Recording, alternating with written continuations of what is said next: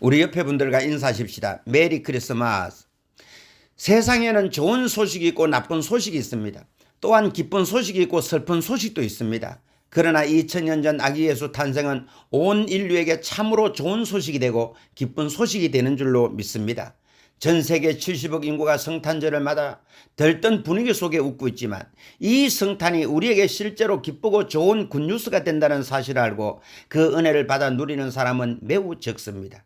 2000년 전에도 그랬습니다. 많은 선지자를 통하여 메시아 탄생이 예언되었습니다. 베들레헴 작은 동네에서 나실 것이라고 구체적으로 언급이 되었습니다. 미가서 5장 2절에 보니 베들레헴 에브라다야 너는 유다 족속 중에 작을지라도 이스라엘을 다스릴 자가 너에게서 내게로 나올 것이라. 그의 근본은 상고의 태촌이라. 때가 되매 이 예언대로 베들레헴 즉 에브라다 작은 동네에 예수님이 나셨고 이는 온 인류에게 기쁨과 소망이었습니다. 그럼에도 불구하고 그 영광을 누리는 사람이 극소수에 불과했습니다.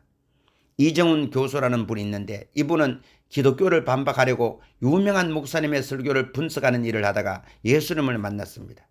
그러다가 동성애를 합법화하는 법이 제정되려 가자 모든 것을 내려놓고 최전선에 뛰어들어 반대운동을 펼쳤습니다.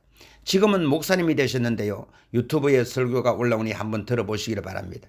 이 목사님이 귀가할 때면 가끔씩 들리는 곳이 있는데요. 길거리 노점상입니다. 말을 못하는 아주머니가 붕어빵과 국화빵을 파는데 들려서 몇 개씩 사가지고 가셨답니다. 그날도 붕어빵 10개를 2,000원 주고 샀는데 20개를 담아 주더라는 거죠. 그래서 2,000원을 더 드리러 가니 손을 막 저으면서 아니라는 것이랍니다. 그리고는 집게를 가지고 무엇인가 가리키는데 그것을 보니 메리 크리스마스 글씨가 있다는 것입니다. 크리스마스 선물로 더 준 것이라는 것이죠. 그러면서 얼굴이 해같이 밝게 빛나더라는 것입니다. 여러분, 정말 탄식밖에 나오지 않는 이 농아 아주머니를 행복하고 속에서 우러나오는 기쁨을 주신 것은 무엇일까요? 세상 사람들은 알 수 없을 것입니다. 그러나 오늘 저와 여러분들은 말을 하지 않아도 고개를 끄덕일 수 있을 것입니다. 2000년 전 아기 예수 탄생은 온 인류에게 빈부 기초를 막론하고 기쁨과 소망과 행복이 되십니다. 왜냐하면 그 아기 예수님은 첫 번째로 우리의 구주가 되기 때문입니다.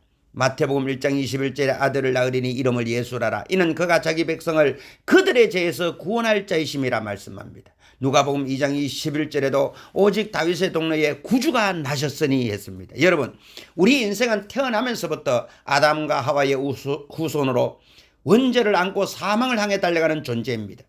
그리고 살면서 하나님께서 원하는 삶을 살지 못하고 죄짓고 불의하고 추악한 인생을 삶으로 말미암아 그 끝은 불과 유황으로 타는 지옥입니다. 그런데 2000년 전에 예수님께서 하나님과 동등됨을 여기지 아니하시고 아담의 후손이 아닌 성령으로 마리아의 몸에 잉태되어 이 땅에 구주로 오신 것입니다.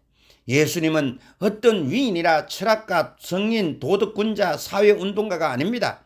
이사야 선지자가 예언한 것처럼 예수님이 인류의 죄를 대속하기 위한 구세주로 오신 것입니다.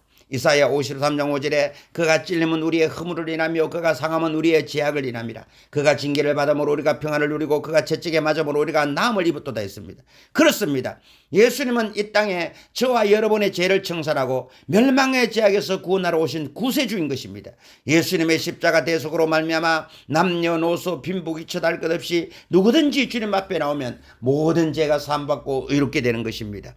그래서 요한복음 1장 12절에 말합니다. 영접하는 자 곧 그 이름을 믿는 자들에게는 하나님의 자녀가 되는 권세를 주었으니 이것은 인간의 노력과 행위로 절대로 주는 것이 아닙니다. 오직 그리스도의 보배는 피로 말미암아 가능한 것인 것입니다. 그러니까 2000년 전 베들레헴에 나신 아기 예수는 우리의 구세주가 되시리 참으로 기쁜 소식이 아닐 수가 없는 것입니다. 구주 예수 의지함이 심히 기쁜 일일세 영생 딱 받았으니 의심 아주 없도다. 아멘. 두 번째로 아기 예수는 그리스도이기 때문에 기쁜 소식이 됩니다. 마태복음 1장 16절에 보니까 마리아에게서 그리스도라 칭하는 예수가 나리라 했고 누가복음 2장 11절에는 오직 다윗의 동네에 구주가 나셨으니 곧 그리스도 주신이라 말했습니다. 2000년 전에 가축 우리에서 나신 예수님은 놀랍게도 그리스도라고 계시하고 있습니다. 그리스도란 예수님의 직책을 가리키는 이름인데요. 기름 부음을 받은 자란 뜻입니다. 이스라엘 사람들 중에 기름 부음을 받은 사람은 왕과 제사장 선지자뿐입니다. 그렇다면 아기 예수님은 만왕의 왕이 되시고 백성의 죄를 대신에 하나님께 제사 드리는 제사장도 되시고 하나님께로 보냄을 받아 하나님의 대언자로서 선지자도 되신다는 것입니다. 예수님은 진실로 만왕의 왕이십니다. 마태복음 2장 2절에 보니까 유대인의 왕으로 나시니가 어디 계시뇨? 우리가 동방에서 그의 별을 보고 그에게 경배로 왔나라고 동방박사가 말합니다. 예수님은 유대왕으로 오시지 않았습니다. 유대왕은 헤롯입니다. 유대왕으로 오셨다면 헤롯과 충돌을 피할 수가 없습니다. 그런데 예수님께서는 유대인의 왕으로 오신 것입니다. 유대인의 왕으로 오셨다는 것은 선택받은 선민 하나님의 백성의 임금으로 오셨다는 것입니다. 마태복음 27장 11절에 예수께서 빌라도 총독의 신문을 받을 때에 빌라도가 이렇게 묻습니다. 너가 유대인의 왕이냐? 예수님이 말씀하시기를 내 말이 옳도다 하셨습니다. 헤롯은 정치적으로 유대 왕이지만 예수님은 유대인 하나님의 백성의 왕으로 오신 것입니다. 왕은 통치자 아닙니까? 그러므로 예수님 우리가 믿고 마음속에 왕으로 모시면 예수님께서 친히 우리를 책임지시고 인도하시는 것입니다. 더불어 예수님은 우리의 죄를 대속하신 대제사장이십니다. 히브리서 10장 11절에 제사장마다 매일 서서 섬기며 자주 같은 제사를 드리되 이 제사는 언제나 죄를 없게 하지 못하거니와 했습니다. 여러분, 세상에 속한 제사장은 속죄 제사를 드리지만 그때뿐입니다. 사람이 속죄 제물을 드리고 돌아서면 또 죄를 범할 수밖에 없고 죄인으로 남습니다. 그런데 대제사장 되시는 예수님은 자신을 십자가에서 대속물로 드림으로 영원한 속죄를 이루셨습니다. 히브리서 10장 10절에 말합니다. 이 뜻을 따라 예수 그리스도의 몸을 단번에 드리심으로 말미암아 우리가 거룩함을 입었노라 했습니다. 예수 그리스도를 통해 주어지는 거룩함, 용서와 의로움, 이것은 아담 하와의 원죄로부터 시작해서 앞으로 일생 동안 지을 모든 죄까지를 포함하고 있는 것입니다. 그러므로 죄짓고 불의하고 추악하고 심판을 받아야 마땅한 사람이라 할지라도 죄진 그대로 못난 그대로 빈손은 그대로 십자가 밑에 나오면 깨끗함의 용서함을 받을 수가 있는 것입니다. 왜냐하면 2000년 전에 아기로 오신 예수님은 우리들의 대제사장이 되시기 때문입니다. 그 다음 예수님은 선지자로 이 땅에 오셨습니다. 선지자란 하나님의 뜻을 백성에게 알리는 사역입니다. 누가복음 4장 18절 19절에 보니까 주의 성령이 내게 임하셨으니 이는 가난한 자에게 복음을 전하게 하시려고 내게 기름을 부으사 나를 보내사 포로된 자에게 자유를 눈먼 자에게 다시 보게 함을 전파하며 누린 자를 자유케 하고 주의 은혜를 전파하게 하려 하심이라 하였더라 했습니다.